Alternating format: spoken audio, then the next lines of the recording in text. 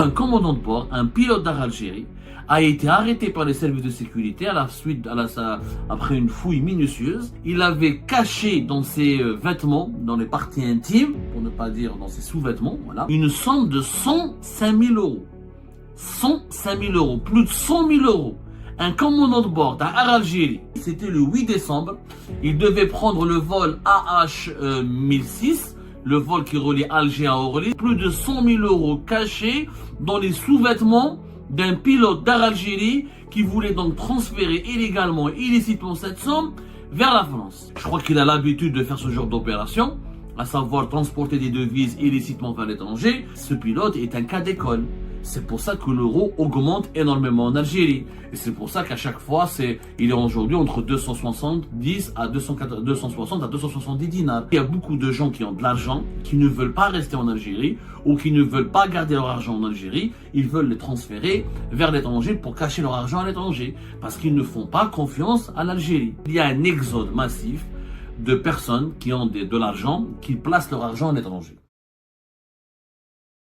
Un commandant de bord, un pilote d'Air Algérie, a été arrêté par les services de sécurité après une fouille minutieuse. Il avait caché dans ses vêtements, dans les parties intimes, pour ne pas dire dans ses sous-vêtements, voilà, il avait caché dans ses sous-vêtements une somme de 105 000 euros. 105 000 euros, plus de 100 000 euros. Un commandant de bord d'Air Algérie, il travaille à Algérie, il a la double nationalité, il est titulaire d'une nationalité française, il a la nationalité espagnole, il a un parcours tout simplement rocambolesque, très étrange dans le pilote d'Air Algérie. C'était le 8 décembre, il devait prendre le vol AH 1006, le vol qui relie Alger à Orly. C'est un vol qui décolle à chaque fois à 15h20 depuis la capitale Alger pour relier Paris vers 17h40, au niveau de l'aéroport d'Orly, Paris-Orly. 105 000 euros, plus de 100 000 euros, 105 000, 110 000 euros, 105 000 euros, plus de 100 000 euros cachés dans les sous-vêtements d'un pilote d'Air Algérie qui voulait donc transférer illégalement, illicitement cette somme vers la France. Il y avait une fouille minutieuse, certainement je pense qu'il a été dénoncé, parce que je crois qu'il a l'habitude de faire ce genre d'opération, à savoir transporter des devises illicitement vers l'étranger. S'il a pris 100 000 plus de 100 000 euros avec lui, c'est qu'auparavant il avait déjà fait des opérations similaires avec des sommes beaucoup plus modestes ou des sommes moins importantes. Il a dû prendre la confiance et avec des complices, l'aéroport international d'Alger, où il a fait Air Algérie, où il a fait les douanes algériennes. Donc il a certainement accumulé plusieurs milliers d'euros qu'il avait l'habitude de prendre à l'étranger. Cette fois-ci, il a décidé de prendre avec lui 105 000 euros. Naturellement, c'est une violation totale de la réglementation du contrôle d'échange. C'est de la fuite des devises vers l'étranger. On n'a pas le droit de prendre avec soi en Algérie plus de 1 000 euros en espèces. Auparavant, on avait une loi en 2016 qui nous permettait de prendre 7 500 euros en espèces à chaque voyage, à condition qu'on présentait une attestation de déclaration de devises. Au niveau des déclarations de devises, au niveau des douanes, il fallait une attestation bancaire, un avis de débit bancaire, une attestation bancaire qui prouve que ces 7 500 euros proviennent d'un compte bancaire en devises ouvert auprès d'une banque algérienne.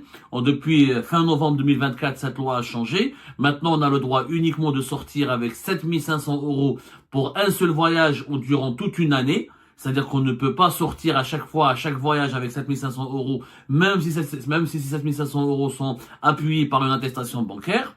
Du coup, comme je l'ai prévu, quand j'ai parlé de ce problème-là, et comme je vous ai dit la dernière fois, c'est une très mauvaise décision que cette restriction aux déclarations de devises et que cette limitation et cette interdiction faite aux Algériennes et aux Algériens de quitter, d'utiliser leurs propres devises domicilié dans un compte bancaire en Algérie, ça va aggraver le phénomène de la corruption et le phénomène de l'informel et le détournement de devises et le phénomène des transferts illicites de devises. Et ce que j'ai prévu, ça s'est produit, puisque le 8 décembre, à l'aéroport international d'Alger, on arrête un pilote avec plus de 100 000 euros. C'est impressionnant.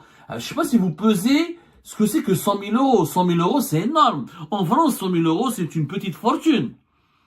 Honnêtement, c'est beaucoup d'argent. Le 23 novembre dernier, j'avais prévu et j'avais anticipé, j'avais mis en garde contre la multiplication, le renforcement du trafic de devises dans le marché informel, le marché parallèle, et contre les transferts informels et illicites de devises via le marché informel, où là, à cause de cette interdiction de limiter le droit de sortir avec du cash en devises en Algérie à uniquement 5 500 euros pour une fois par an. C'était le 23 novembre, allez revoir cette émission intitulée Déclaration de devises. Les Algériens ont désormais le droit à seulement 7 500 euros par an. Alors qu'auparavant, je rappelle, la réglementation nous permettait de pouvoir circuler ou de pouvoir sortir avec 7 500 euros à chaque voyage et plusieurs fois par an. C'est la fameuse réglementation de 2016 qui a été changée le 21 novembre 2024. Voilà. À force d'interdire, à force de trop réprimer, à force de trop restreindre, à force de vouloir empêcher les Algériens et les Algériens d'utiliser librement leur argent, et bien ce qui se passe, les réseaux mafieux, les transferts illicites de devises vont prospérer. Et voilà, ils sont en train de prospérer. C'est une saisie, ce n'est pas la saisie record. À l'aéroport international d'Alger, on a saisi des sommes beaucoup plus importantes, mais 105 000 euros, c'est quand même pas n'importe quoi. Je dis bien, ce n'est pas n'importe quoi. C'est une somme importante. Alors, le pilote, il s'agit de monsieur Amir Hamza. Il s'appelle Amir Hamza. C'est un commandant de bord des avions ATR. Il pilote pas les avions, les Boeing et les Airbus. Les ATR, c'est quoi, Ejma? Les ATR, ce sont les avions. ATR, c'est un fabricant d'avions qui, comment dirais-je, qui est franco-italien, je crois. Voilà, c'est franco-italien. Il fabrique des avions depuis 1981. Les ATR, ce sont des petits avions qui font des vols régionaux et qui ne peuvent pas prendre qui sont limités à 90 places. Voilà, qui sont limités à 90 places. Les ATR sont utilisés par Air Algérie pour les vols domestiques, notamment pour les vols du sud du pays. Alger Tamanrasset, Alger Janet, Alger Adrar, Alger Béchar, Alger Ouergla, Alger Hassim Messoud, Alger Tindouf. Bon, Tindouf, c'est beaucoup plus les avions de l'armée. Franchement, Tindouf, c'est une zone militaire, c'est essentiellement les avions de l'armée. Mais en Algérie, ils utilisent souvent les ATR qui sont des avions limités à 80, 70 places, 90 places. Pour ces vols régionaux, ces vols domestiques. Un pilote ATR, un pilote d'avion ATR en Algérie, il est payé entre 50 et 60 millions. C'est-à-dire en euros, même pas 3 000 euros avec le cours actuel. Ou 3 000 euros, on va dire. Entre 2 500 et 3 000 euros. S'il se retrouve avec 100 000 euros d'un coup, bon, il est payé en dinars, je rappelle. Donc, c'est pas, même pas 3 000, voilà, 5 000, voilà, même pas 3 000 euros, 2 500, 3 000 euros, le salaire d'un pilote ATR, c'est un salaire important par rapport au salaire moyen national en Algérie qui tourne autour de 200, même pas 300 euros, à savoir 42 000 dinars.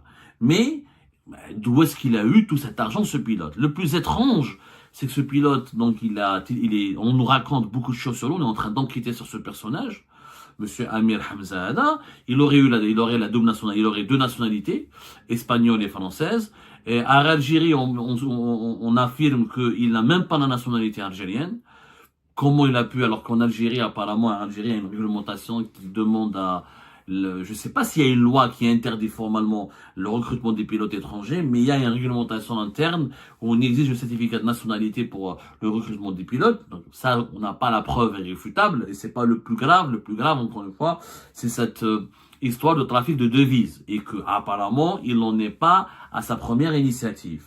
D'ailleurs, il faudra peut-être, pour les besoins de l'enquête, demander des explications et des comptes à monsieur Ben Bouaziz Eliès, qui est le directeur des opérations aériennes, et c'est lui qui est à l'origine du recrutement, selon nos sources au sein d'Algérie, le recrutement de façon, en se basant uniquement sur le copinage et le favoritisme de pas mal de ses connaissances, comme pilote ou là comme steward et hôtesse. Et malheureusement, quand on recrute des gens comme pilote ou là comme steward ou là comme hôtesse, sans passer par sans les soumettre aux exigences de la compétence et du parcours professionnel et du rendement professionnel, eh ben, on risque de donner la chance de donner des emplois importants au sein de la compagnie nationale aérienne à des personnes pas vraiment très compétentes. Même Midahoua, il conduit, voilà, il pilote des ATR. J'espère qu'il est suffisamment compétent pour ne pas faire cracher un ATR.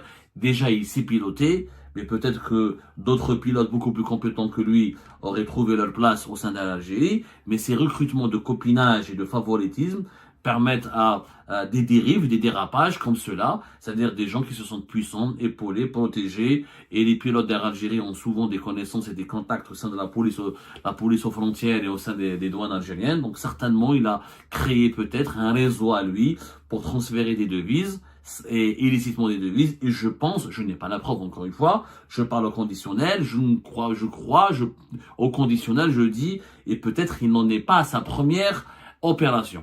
100 000 euros pour un pilote d'Air Algérie qui allait donc, je répète qu'il n'allait pas piloter ce vol, il partait en tant que passager à bord du vol AH 1006, qui est le vol qui relie Alger à Paris-Orly entre 15h20 et 17h40. Lui, c'est un pilote ATR, donc il peut pas conduire, il peut pas piloter les avions Airbus on appelle ça les avions Airbus ou les Boeing, c'est les avions qui sont utilisés pour les vols internationaux. Les ATR sont utilisés en Algérie pour les vols domestiques. 100 000 euros, c'est une conquête somme.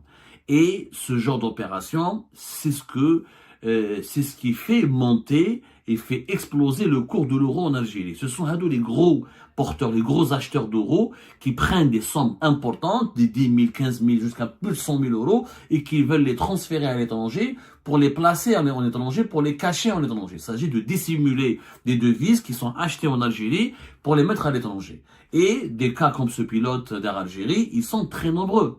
Alors, il y en a beaucoup qui prennent pas autant de risques et qui ne prennent pas qui cachent pas des euros dans leur partie intime, dans leur sous-vêtement pour quitter l'Algérie. D'autres recourent à des astuces beaucoup plus sophistiquées, recourent à des montages ou à des réseaux beaucoup plus professionnels, beaucoup plus sophistiqués pour faire parvenir leurs devises à l'étranger. Mais ce pilote est un cas d'école. C'est pour ça que l'euro augmente énormément en Algérie. Et c'est pour ça qu'à chaque fois, il est aujourd'hui entre 260 à 270 dinars. Parce qu'il y a beaucoup de gens qui ont de l'argent, qui ne veulent pas rester en Algérie, ou qui ne veulent pas garder leur argent en Algérie. Ils veulent le transférer vers l'étranger pour cacher leur argent à l'étranger. Parce qu'ils ne font pas confiance à l'Algérie. Tant qu'il y a cette crise de confiance entre les personnes aisées, les personnes qui ont de l'argent, et l'économie algérienne, tant qu'il y a cette crise de confiance, eh ben l'euro restera toujours élevé et extrêmement cher. هذه est la réalité du marché. C'est pour ça que ça n'a rien à voir avec l'importation des voitures de moins de 3 ans ou l'augmentation de la location touristique. Tous ces éléments ne sont que conjoncturels et superflus et n'expliquent pas le fond du problème. Le fond du problème, c'est qu'il y a un exode massif de personnes qui ont de l'argent, qui placent leur argent à l'étranger. Il y a un exode massif. Très peu de riches, très peu de personnes qui ont de l'argent. Quand je dis riches en Algérie, ça ne veut pas dire qu'il y a plusieurs millions d'euros. À partir de ça, des économies en 100 000, 200 000, 300 000 euros, pour moi, c'est quelqu'un de riche par rapport au salaire moyen minimum, qui est même pas de 200 euros. Divisé 42 000 dinars par le cours de l'euro actuel, et vous allez voir, 42 000 dinars, quand on a devise, attendez, opération sous vos yeux, quand on a divise par le cours de l'euro actuel, même pas 163 euros. Le salaire minimum en Algérie, le salaire moyen, pas minimum, c'est pas le salaire minimum de 20 000 dinars, le salaire moyen en Algérie de 42 000 dinars. C'est l'équivalent d'actuellement de 163 euros.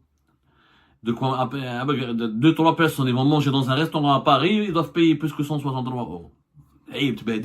Donc les personnes qui ont des économies à partir de 50 000, 60 000, à l'équivalent de 100 000 euros, c'est des personnes aisées, c'est des personnes riches par rapport au pouvoir d'achat très faible et aux revenus très faibles des autres Algériennes et Algériens. Et ces gens-là qui ont de l'argent ne veulent plus rester en Algérie, ou là du moins ne veulent pas, ou ils veulent plus rester en Algérie, ils quittent l'Algérie, ne reviennent pas, ou ils vivent entre l'Algérie et la France et les autres pays européens comme l'Espagne, entre Dubaï, la Turquie et l'Algérie, mais à chaque fois ils partent à l'étranger, ils prennent leur argent, ils le mettent en sécurité, ils cachent leur argent parce que ils ont peur que l'Algérie s'effondre, que l'économie nationale est en train de se dégrader de plus en plus, que le dinar perd de plus en plus de sa valeur.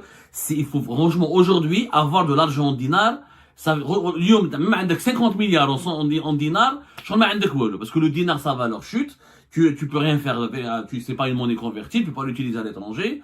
Tu peux pas investir en Algérie parce que il y a que des restrictions, que des interdictions, que des pénuries, c'est très compliqué. Quand tu as du cash, la loi de finances 2025, elle a tout compliqué. Tu peux pas acheter une voiture en cash. Tu peux plus acheter des appartements avec du cash. Le coup, avec le cash que tu as. Le gouvernement actuel, le régime actuel, il est en train d'inciter, de contraindre à tout prix les gens qui ont de l'argent à les convertir en devises et pour les transférer illicitement à l'étranger. Au lieu de capter cet argent qui circule en Algérie, de permettre aux gens de faire une amnistie fiscale, par exemple, et d'ouvrir et de demander aux banques de prendre tout le cash qu'on leur présente sans justification, juste pour aspirer l'argent qu'il y a dans le marché informel, pour ensuite l'utiliser dans des projets d'investissement économique. Nous, on est en train de multiplier les interdictions, de multiplier les obstacles et les barrages, de multiplier les mesures insensées qui ne collent pas à la réalité des Algériennes et des Algériens.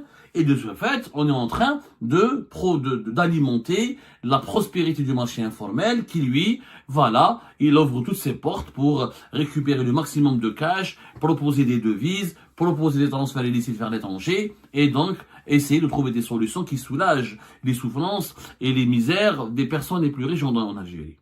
C'est ça, Ali, l'histoire de ce pilote qui a voulu donc quitter l'Algérie avec plus de 100 000 euros, s'inscrit dans cette mécanique, dans le sillage de cette mécanique de l'angoisse collective qui s'est emparée des personnes qui ont beaucoup d'épargne, qui ont des économies conséquentes en Algérie et qui ne veulent pas les conserver en dinars. Et ben voilà les amis, c'était ça. Je vous remercie comme d'habitude pour avoir suivi la vidéo jusqu'à la fin. N'oubliez pas de nous laisser vos commentaires, vos réactions autour du sujet et de vous abonner à la chaîne si vous n'êtes pas encore abonné. Je tiens à vous remercier aussi pour votre soutien à notre chaîne, pour vos encouragements, pour vos commentaires aussi nombreux et diversifiés. Je tiens aussi à remercier nos abonnés et les personnes qui nous suivent régulièrement. Sans vous, ça n'aurait pas été possible. Donc voilà, merci encore une fois et à la prochaine dans une nouvelle vidéo. Au revoir.